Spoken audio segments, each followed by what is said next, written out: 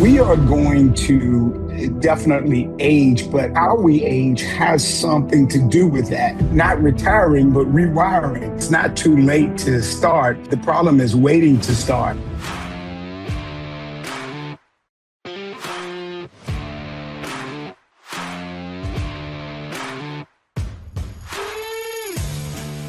Well, welcome back, ladies and gentlemen, to the Salem Speakers Podcast. Today's guest is on a mission to completely change the way people think about aging.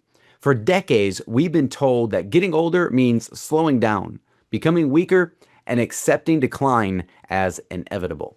My guest today believes that that is a lie. Nate O is a wellness strategist, speaker, longevity advocate, and creator of the Ageless Workout movement. For nearly 30 years, he's helped people take ownership of their health, redefine what's possible as they age, and become what he calls the CEO of their own health. Nate O, welcome to the show. Thank you so much. That was a fantastic introduction. It reminds me of an introduction that somebody did back some time ago. I think I did it myself, but yours was probably better than that. I really appreciate the opportunity to spend some time with you. Thanks so much. Well, thank you so much for being here, my friend, and for living the life that you did. Let's start with some simple questions as our audience gets to know you a little bit. And we're going to be talking about aging and health and wellness as well. But why do most people fear aging? Why most people fear aging? I think that there are some things that we've seen over the years, right? We see older people, the way they walk, the way people treat them, push them to a side, take them not so seriously. And so nobody wants to be sort of minimized. People want to feel like they still have something and they can contribute. And so I think that has to do with it, in addition to the fact that perhaps it may be signaling that our time may be up. Yeah, that's true, right? And that becomes a whole nother question of faith and the afterlife, if you will. But let's move into this concept that I've read about from you, which is pro-aging. Now, before I met you, I'd never heard of that phrase before. And so for our listeners today, talk about pro-aging a little bit. What does that mean, or what is that? We are going to definitely age, but how we age has something to do with that. And so we should enjoy the journey. We think that that's a part of life. And so when you get to what we call the fourth quarter and you start to compare people like Jordan, at the fourth quarter, Michael Jordan really accelerated his game. And so what we're saying is that part of life is an opportunity. You know yourself a lot better. You know what you can tolerate. You know what you can do. And you get a chance to really, not everybody's going to do that, but you get a chance to really hone in and do the things that you want to do, live the life you want to live, and enjoy it going through. That's what we call pro-aging. What point did you realize that aging didn't have to mean decline? When I started to feel like there was some things happening in my life. Everybody goes through some challenges. And so these health challenges that I was experiencing, whether it be the things that I went through with my heart, and then later on with prostate cancer, and then beating prostate cancer for 5 years, and then looking around at some of the people, my contemporaries, as an example, comparing myself to them, or them comparing themselves to me, and them saying, well, what are you doing? What are you eating? And so that gave me the notion that perhaps I was on the right track. Have you found a general misconception that people seem to have about getting older? Well, I don't know about a general misconception. There are a number of people who want to fight getting older. They do all types of things to not to get older, and they are. But I think that what we're really talking about is a mindset. And so if you are willing to continue to be a learner, if you're willing to continue to exercise and challenge old concepts and really get the most out of your life, you're not afraid of that. You actually, what you begin to say is that I can't wait for tomorrow to happen. You jump up out of bed with a whole renewed kind of enthusiasm because the day is unfolding and you had a chance to contribute at a different level. What would you say surprises people about what the human body is capable of later on in life? I think that if you take a look at any number of people, I've been around people, as an example, a lady uh, who was 100 years old. The mind was still good. The body was not as strong, but her mind was still good. She could control the environment with her mind. I've been around a 90-year-old who's still living and traveling. I've been around a 83 or 84-year-old who flies around the country, and his main goal is to find sort of breakthrough for cancer. So, I mean, it just depends on where you think you are and where you want to be. Well, one of the phrases that I kept seeing in your work as I did my due diligence was the concept of becoming the CEO of your own health.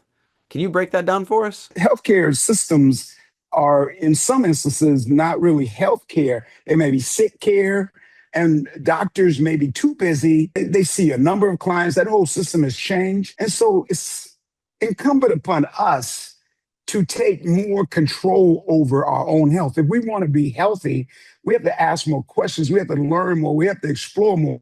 We have to be willing to challenge old ideas about our health and our wellness and what have you, and begin to make a whole new change. As a matter of fact, I think that the technologies today can allow us to do the research on the medications that we have, asking questions about how certain things happen to us and why they happen.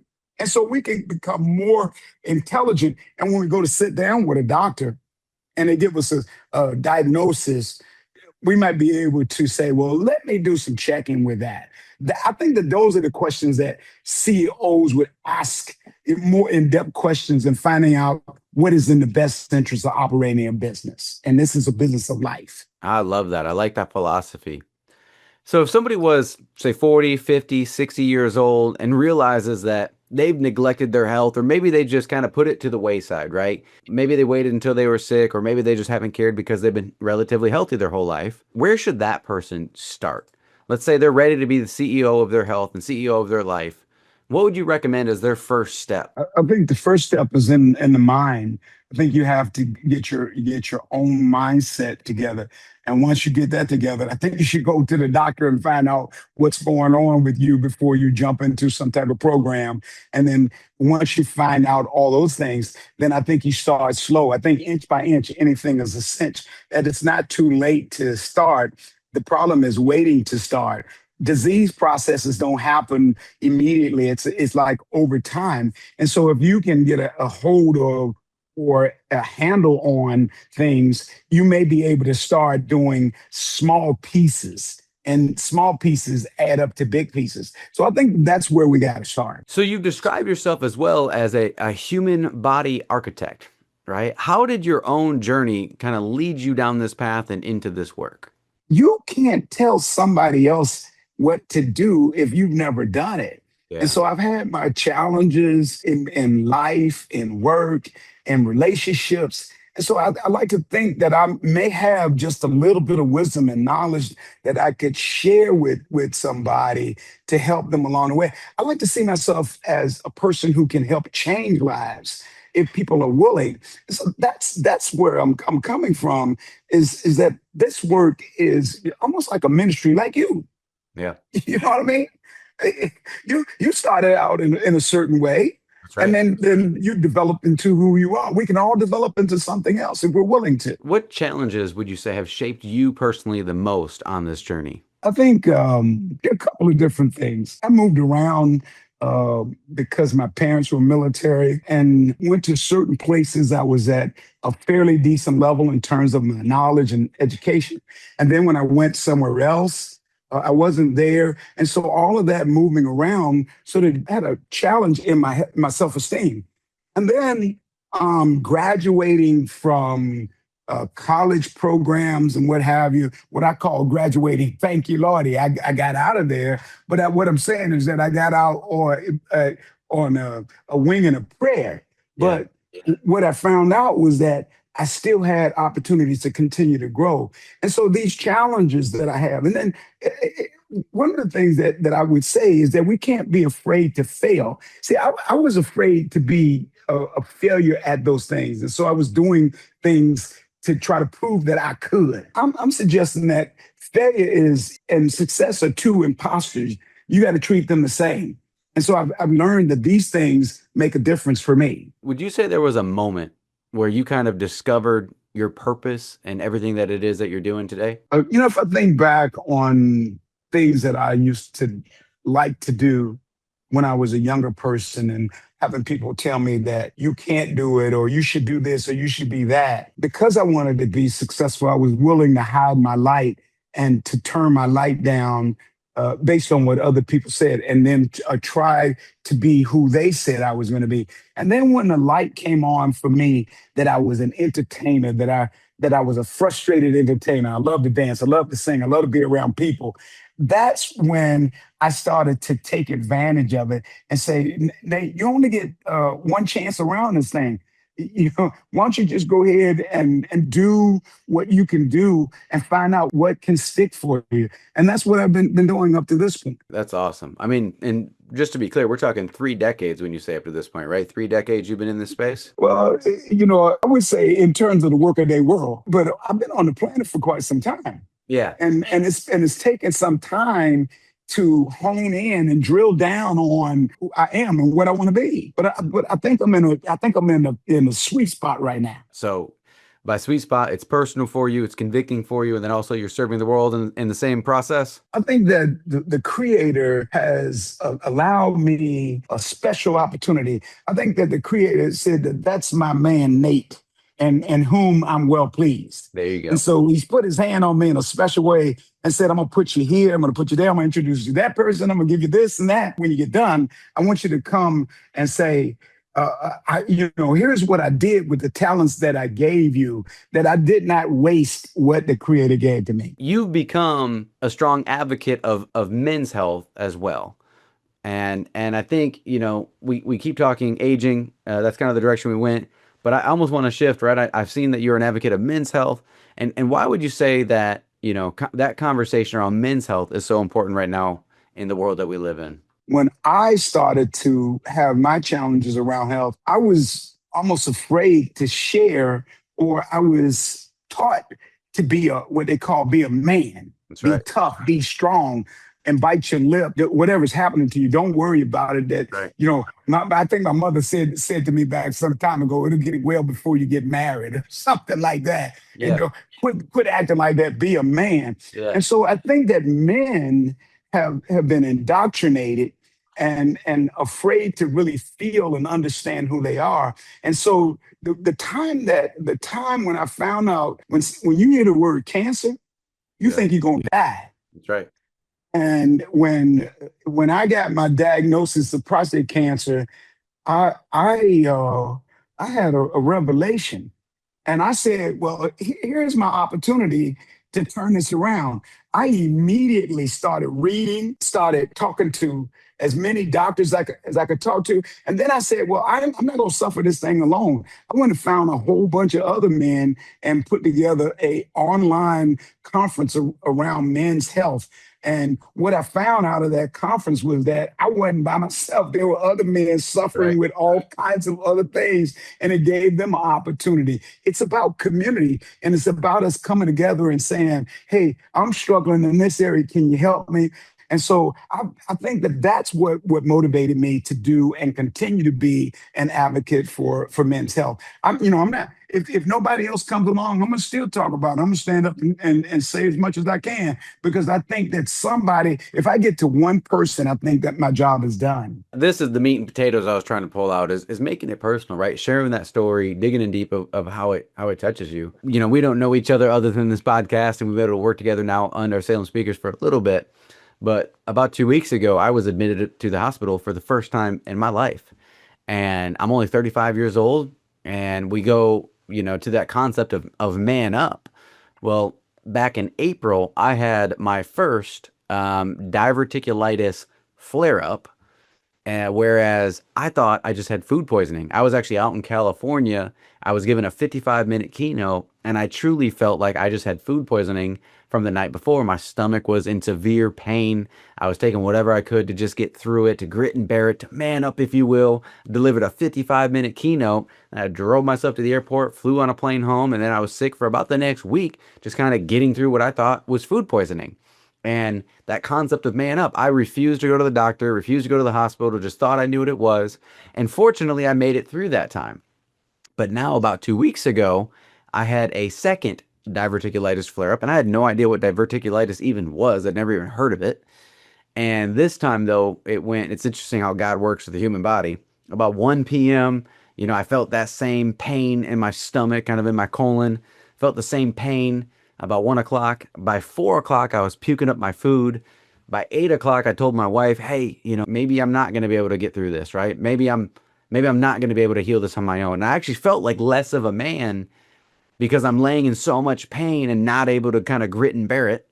And then by 11 p.m., I went to the ER, and I was there for 3 days where they, did the CT scans, did everything they needed to do. And now I still got this uphill battle of like, it's a new world order, right? I actually had something that needed medicine that had I not actually gone to the hospital and got help from the real experts, I very well might be standing in front of Jesus right now.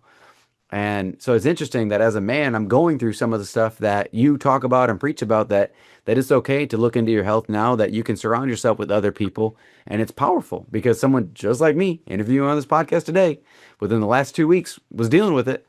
And as a man, I felt ashamed. I didn't want to tell anybody about it. I wanted to just man up and get through it. And it's where we are. We live in this world where fortunately we do have doctors and we have medicine that can help us get through things. I think this message is well timed because as we push this out to the world, I think men of all ages need to start taking better care and taking more serious and realize that it's okay to go get a checkup, to actually figure out what's going on internally so you can catch it in advance. I read somewhere that you often talk about this concept of new age of aging. Do you have a definition, or can you tell us more about what that means? Gone are the days that we go and sit down or go out and just play golf and relax because we get retired. I think that there is a new sort of feeling that we still have some stuff left in the tank. I like to call it not retiring, but rewiring. That right. Taking your talent, skills, and abilities and using them to the highest level that you can use them to.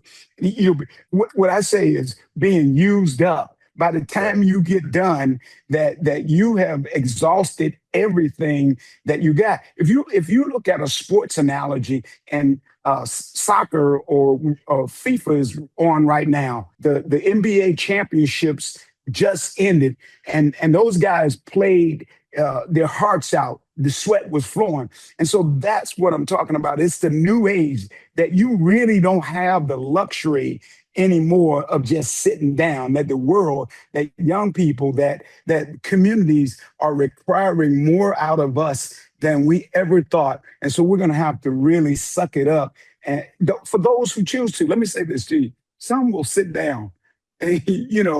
Again, think is that there are some of us who are touched and called, and you got to answer your call. Well, let's move on to this concept of legacy, right? And so we talk about this word legacy, and many times people think about money or accomplishments or how you're remembered. How do you define the word legacy? Let me put it to you like this, and here's the way I see it. It's a poem that I like. It says, when you get what you want in your struggle for self and the world's made you king or queen for a day, go to the mirror and look at yourself and see what the mirror has to say. For it isn't your father, mother, sister, or brother in life whose judgment upon you must pass, but the person whose verdict counts most in your life is the one staring back in the glass. You may fool the world over down through the pathways of life and get pats on the back as you pass, but your most fondest rewards will be heartaches and tears if you cheated a person in the glass. I'm saying if you cheat yourself, you're going to have some regrets. I don't want that. I'm saying to people is that you every day you get a chance to leave something, and you can't pay back, but you can sure pay forward. That makes sense? I'd never heard that before. That's a powerful poem. And I'm glad I asked the question too, and that'll benefit our listeners as well. So how do you hope that people, come to think about you, or, as you build out Innate O and everything that you're doing to impact those next generations, what do you want to be known for? Like, what do you want to leave behind? I suggest that I'm in the business of changing lives. First of all, I got to change my own life. And so I want to change the lives of people who are in the same positions with me, who are maybe perhaps struggling and trying to figure out where they fit in anymore. Society is moving so fast, but we still, so humans as an example, the touch of a human, a computer can do one thing, but if I touch you on your shoulder, you feel that. So I want people to understand that there's still some human sides to things. But then I would also say that there's some men out there that need some touching and some loving and encouragement to build community, to build themselves, and to really change the way they see themselves, becoming stronger as they go, and allowing young people, male, females, to see a different side that really we don't have time to waste. And so we want to encourage young people. And then the last thing I would say is that I think that there's a new opportunity to build a new direction, a rethinking of how we see the world and have an impact on the world. I think that's what I'm trying to say. Man, I love that. I love that. I love that about you. I love the impact you're making out of this world. And even for taking time out of your day to be here to make an impact through this podcast. As when we're done with it, we'll edit it up, post it all the platforms, YouTube, all the social media platforms, to continue to get your message out there. So thank you for taking time to be here today. You know, one thing that really does stand out from this conversation for me is that aging itself is not the enemy. The real enemy, I think, becomes this concept of neglect, right? Neglecting our health, neglecting our purpose, neglecting our future. You know, every day we're becoming the person that we're going to be 10 years from now. And I think for our listeners, the question is whether they're doing it intentionally or not, right? So for everyone listening today, your age is not your limitation. Your choices are. Your future health is being built right now. Your future strength is being built right now, and your future legacy is being built right now. So Nate, my friend, thank you so much for an amazing podcast. If someone wanted to look you up either for coaching, mentorship, or most importantly, inviting you to come out and speak, where should they go to find you, to learn more about you, or to connect with you? Well, you can find me on Facebook, Nate O. Wilkins. You can find me on LinkedIn, Nate O. Wilkins. There's also the Ageless Workout method on Facebook. Awesome. I'm on LinkedIn, Nate O. Wilkins. I'm on TikTok. Long story short, I'm on all of those channels. I have a YouTube channel, Nate O. Wilkins, and then our website, www.agelessworkout.com. Agelessworkout.com, and Nate O. Wilkins everywhere. Look him up. Highly recommend him. And thank you for joining us for another episode of the Salem Speaker Podcast.